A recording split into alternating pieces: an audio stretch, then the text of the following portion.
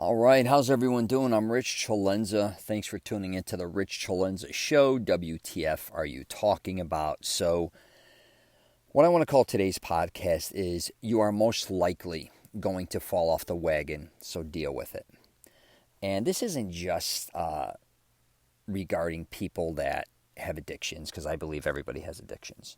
I don't care who the hell you are, they just come in many different forms. I know a lot of times when we think addiction, we mainly think drugs, alcohol, gambling, maybe even sex.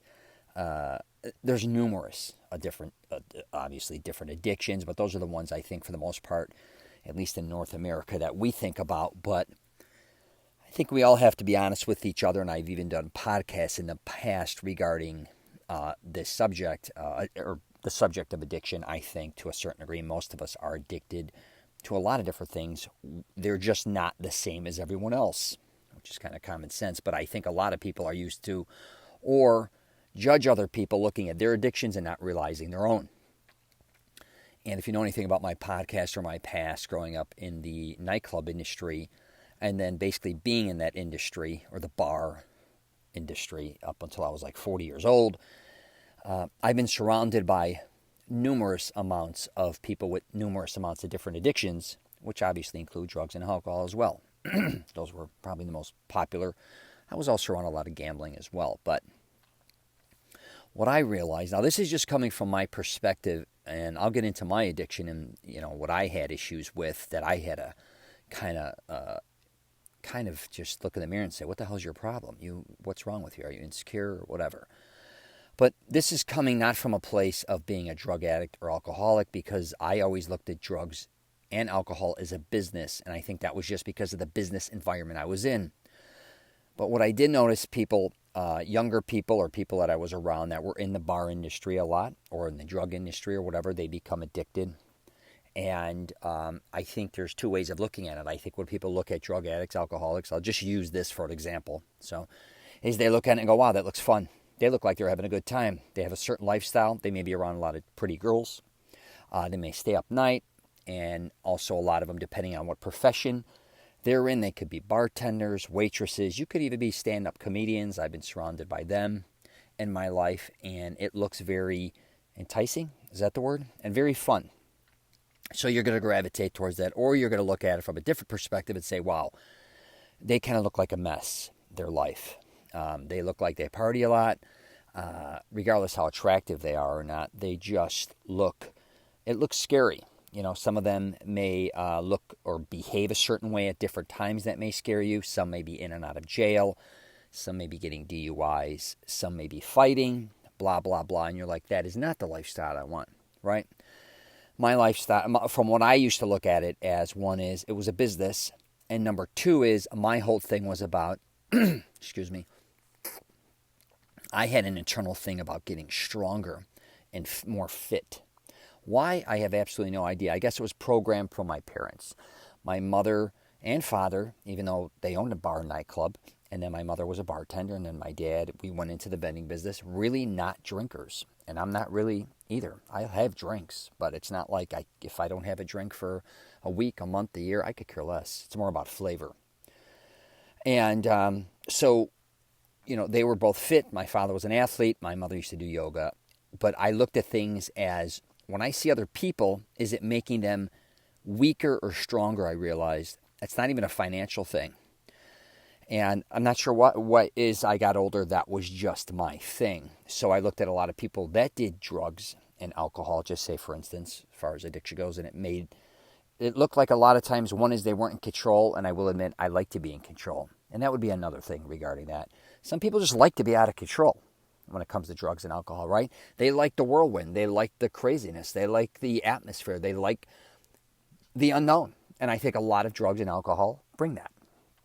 I feel like I'm doing this on drugs and alcohol, but I'm not. I'm just kind of giving you an idea here. But being around a lot of people that were addicted to, say, drugs, alcohols, or other things as well, I realized from the outside looking in, a lot of them, when they decide that they don't want to, keep going or quit, whatever the addiction, and it could be smoking as well, whatever the case may be, it's very hard, obviously. And I think what happens with a lot of them is they try quitting in different times of their lives, which I'm sure is very hard when you start talking about drugs, alcohol, say again, smoking, could be anything, eating disorder. That's where I'm going to kind of go into in the future in this podcast is the eating disorder, which I had. But what I realized more than anything is when people try to quit, they quit and then they fall off the wagon, right? And then they go back to whatever they were doing. Then they try quitting again. Then they go back. And then a lot of times they just kind of give up. And I think one of the reasons is they put so much pressure on themselves. And the reality is, like I said at the beginning of this podcast, is regardless what your addiction is, you have to realize most likely you are going to quit certain things and then come back to it. It's just a reality. As horrific as it sounds, now some people quit cold turkey and never go back, which is incredible. And God bless if you have that, that type of personality. I seem to have a personality where I can quit something and never give a shit about it again. And the problem I have, too, is I could do that in relationships. And I'm not sure why. I think and I'm learning as an adult, that is not, I don't think necessarily a good thing to a certain degree, because I could cut someone out and just move on.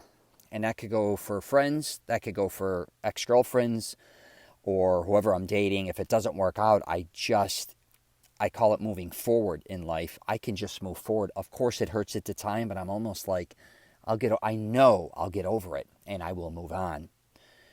And that's just my personality. And I think that was traveling a lot throughout my life, making a lot of different friends. And, you lose contacts, and you make new ones. And I have a lot of my close friends, my oldest and closest friends, I still hang out with. But if I do see somebody, or if I'm not obsessed with relationships. I'm really more caught up because I think I have a huge family. So I always have that in my foundation.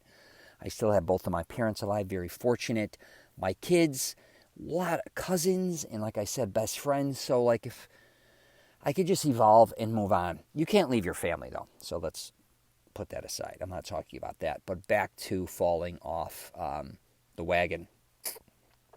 And I talk about this even in fitness, where it's not even always about, drugs, alcohol, or addictions. It could be even like hypothetically going to a gym. I just did a podcast on YouTube regarding this, that a lot of times you are going to work out, right, for a certain amount of time. Then you're going to quit. Then you may go back. Then you may quit. You may try this type. You may like going to a gym at first, say one with weightlifting, classes, whatever, and then get bored. Quit that, but then try surfing, hypothetically, or try cycling, or try jogging, or whatever. You're going to try things and then quit things. It's just part of life. But I think a lot of people put a lot of pressure on themselves because they quit certain things. And you got to realize sometimes quitting things is you're just evolving. It's either boring you to death, you're not getting out of it what you want to get out of it, and you just have to realize that stopping something, a lot of times, I'm just using the gym, can be actually a good thing for you because it just may not be for you. I tell a lot of people that are always like, Rich, man, how do I work out for as many years as you? How do you stick with it? How do you do this? One is I'm addicted to it, probably. I would say more than anything. So instead of me being addicted to going to a bar and having a drink, I got to run to a gym and work out. It's different, obviously. One in the maybe thinking going to the bar and having alcohol is destroying your life, which I don't necessarily always believe because I know guys that drink their whole life into their 80s and 90s. And I know guys who've worked out for years that have died in their 30s and 40s and 50s. So that's kind of bullshitty. I think they both give you a certain type of feel. But I go to the gym. But each and every one of us is different. And a lot of people have to realize, like, I go to the gym consistently, but I have to always be evolving and changing different workouts. I have to be in different gyms, different types of gyms, maybe even take different classes. I also, outside of the gym, I have to do different things as well to keep the interest there. If I just kept going to the same gym like I did in my youth and just did the same workout routines, I may have maintained, but I definitely don't think I would have had the growth that I had because it's more creative with me working out. And it's more about changing things up. And I think back to working out, that's what people don't want to do, is change. They get stuck in a rut, or they keep doing the same thing over and over again, back to insanity, expecting different results. But you have to switch things up. And if you are having some problems with addictions or whatever the case may be, because I've done podcasts on that, YouTube videos, like I said, the thing, again, that I realized is the pressure is almost worse than the addiction when you want to quit, or if you're thinking about quitting, because it's always in your brain. So you have to realize too is you're constantly, for the most part, most of us are still going to be surrounded by our addictions. You cannot escape yourself. You most likely can't escape your surroundings, your friends, family members, or colleagues. So if you're trying to quit something like smoking, let's just say, for instance, and it's part of your identity and you always try quitting, and then you go back and forth, but when you're around a lot of people or friends that are still smoking, it is right in your face. I used to say that about gambling. I used to love gambling, and I had to quit gambling. But I didn't. I just said I'm done with it. But I remember looking around and going, wow, for the most part, most of my friends, family members, most of the things I watch on TV, or I don't care if I go to you're in an airport, I don't care if I walk into a sports bar, restaurant, the internet, sports is always in our face. And at the beginning, I'd be thinking, wow, should I bet on this game? Should I go back to gambling? And one day I may go have some fun gambling. I don't see me having an addiction with it, or maybe I used to love going to casinos. It was basically my life was going to a gym or going to a casino for many, many years, even traveling all over North America. And then finally I had a family, and I said, well, I don't want to lose any more money. Even if a lot of times I made money. I just lost interest in it personally. Doesn't mean it's going to be forever. But the thing I realized is I couldn't escape that. And I think a lot of people who have alcohol, if they drink a lot and they want to quit, it's hard. Because you go by somebody's house, people are drinking. You go to, again, a restaurant, people are drinking. No matter where you go, for the most part, I don't care if you go to a movie theater nowadays, they're serving alcohol. So it's really, you go to a grocery store. Cigarettes, I think, has been one of those things where you're kind of getting, away from. But other addictions, I should say, I think what I see too, back to falling off the wagon too, a lot of times people fall off the wagon, not fall off the wagon, they quit something. So they quit one bad habit and they've started another bad habit. What I've tried to always say in my podcast, or try to help people, is saying try to quit a bad habit and replace it with something healthy. I know that sounds a little crazy, but literally, like, if you quit cigarettes, try drinking smoothies. Or, if you quit going to a bar, drinking, whatever, try to replace it with, like, maybe going to a gym, jiu-jitsu, maybe hiking, maybe to get your mind off of it. Because let's face it, you can, again, you can never escape your brain. If you have these addictions and whatever you were doing in your past that made you feel a certain way, you're going to miss those things. It's just a reality. Why? I have no idea. And I've talked about this before regarding, like, Netflix, just watching TV in general. It could be spending money on collectibles for, it could be comic books. A lot of people have addictions, just shopping addictions, going to the mall. A lot of women and men, I think, spending money that they don't have. And all these different types of things. You got to realize you do those things because you love them. And you get some type of fulfillment out of them. And back to, sometimes I think people saying I have to quit cold turkey is unrealistic. And when they do quit, they're miserable. And then they go back and forth, right? I think if you could just learn moderation, and I know it's the old cliche, things in moderation can be fun. Now, I'm not telling you to go out and do drugs or illegal drugs in moderate, in that situation. But if you like to gamble a little bit, if you like to have a drink here and there, if you like to shop a little bit, if you can control that, I think that's a more realistic approach than a lot of times just quitting cold turkey, or just slowly but surely leaning off of that. And I know a lot of you are saying, no, you don't know, I have an addictive personality. It's all or nothing. I'm in it, all of it. I have to do all this constantly. I revolve my life around it, or I can't do it at all. a lot of that's bullshit. You're lying to yourself because most likely, as you know, most people fail at doing that. Not everyone, but most people do. And I think that's what leads to, when people too, I think, quit a lot of things they love doing, they become depressed. And I think obviously that sometimes leads to suicide as well. And I think we're really hard on ourselves, but we're only human. And, back to falling off the wagon, you have to realize that is going to happen. But if you truly do want to quit something, lighten up a little bit on yourself. Okay, you're going to make mistakes along the way.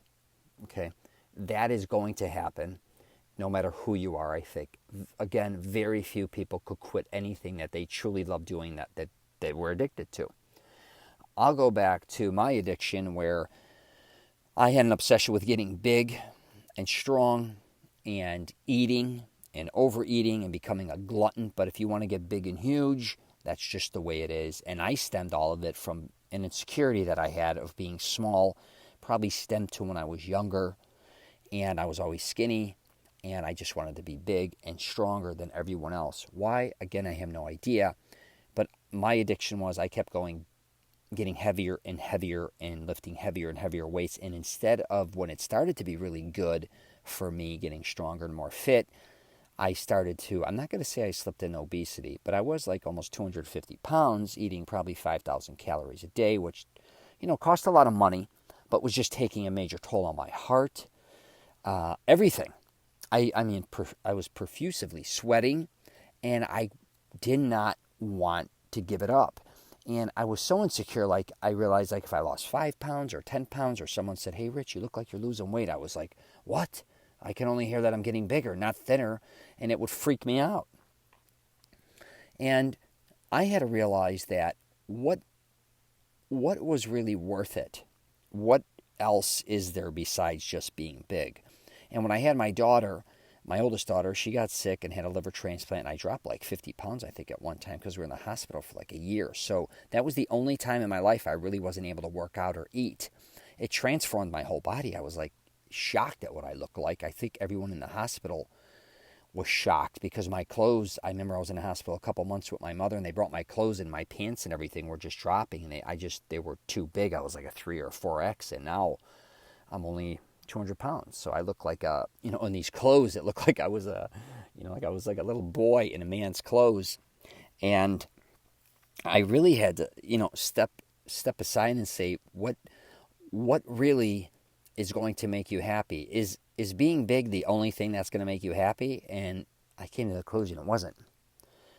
And there's more to life than just being big, heavy, and strong. I understand that I wanted that to be my identity, but that wasn't my only identity. And I knew I had other passions, which I ended up wanting to make films. So I kind of still worked out and then went to go make films and realized that I fell into an addiction of only really I worked, but it was all about my kids and making movies.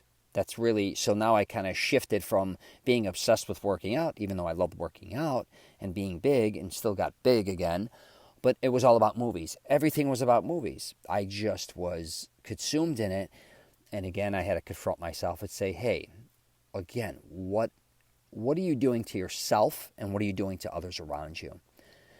And I think a lot of us don't realize with our addictions how we affect others. And I know sometimes we even realize to say, hey, yeah, man, this really must suck for them that they got to deal with me or go through this. But you don't care because you love what you love, right? But I do think there comes a point where, again, regarding facing your addictions, are they really worth it in the long run? Because I think what we, an addiction or something we keep doing over and over in a routine, I think at the beginning is fun. And it's interesting. It becomes part of our identity. It's exciting. It's new. And all these things. But after time, like anything else, it becomes like a Groundhog Day where it's redundant. It's actually doing nothing. Like I remember a lot of people talk about, smoking cigarettes at the beginning. It gets them high a little bit. You first start off with just a couple. Before you know it, in years to come, it's a pack. Before you know it, it's actually not helpful. It may not even be destroying your health because it affects everyone differently, but it just may be something that you just It becomes a pain in the ass. You got to maybe leave your office every time they have a smoker. If you're at a restaurant, you got to leave. Or, you're at your house. You don't want to smoke inside your house. You got to walk outside every time. It becomes a pain in the ass. But, yeah. So that was just some things that I wanted to get on the podcast to kind of go through, because I don't realize people realize how much they're going to fall off the wagon, or the ups and downs, and putting pressure on yourself. Just get through the next damn day. And I've never been to counseling or any of that shit, and you hear that all the time, or the next hour, the next minute. You know what? It's just, that's how life is for anything. And try to distract yourself again with stuff that you love to do, and maybe that's not as harmful, if whatever you're addicted to is harmful. Because I do think we have a lot of addictions that are actually very good for a lot of people. As long as it doesn't go too far. And I think a lot of us also don't realize that our addictions, we almost, people, our kids especially, look at us, and or younger people, or even people you may work with, or people that are influenced by you, and look at you and say, wow, if what we're doing, it may actually contribute to them starting their own addictions, because they see us doing certain things. And a lot of times the things we're doing, we don't even like doing, but they think we like, they think that we like doing this.